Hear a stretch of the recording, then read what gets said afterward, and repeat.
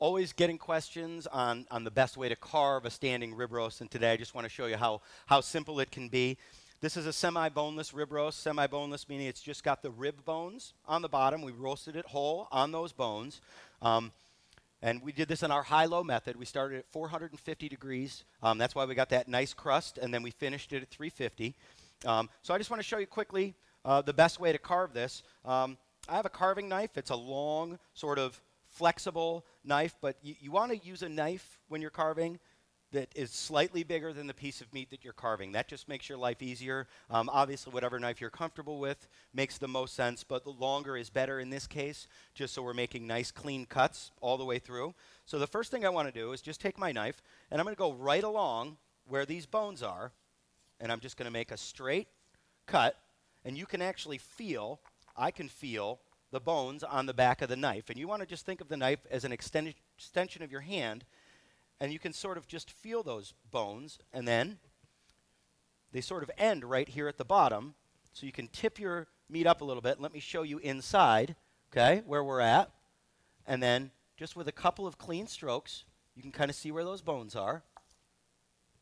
Boom, just take it right off, okay?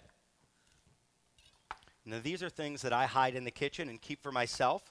I just cut right in between those, and you have beautiful beef ribs, and that's what I eat in the kitchen while everybody else is eating the other stuff, okay?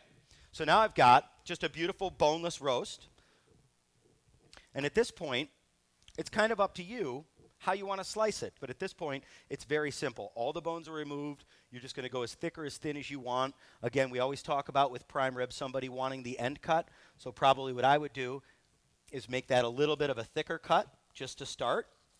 Okay, and again, straight down, beautiful end cut, and then at this point, you can go nice and thin slices if you want.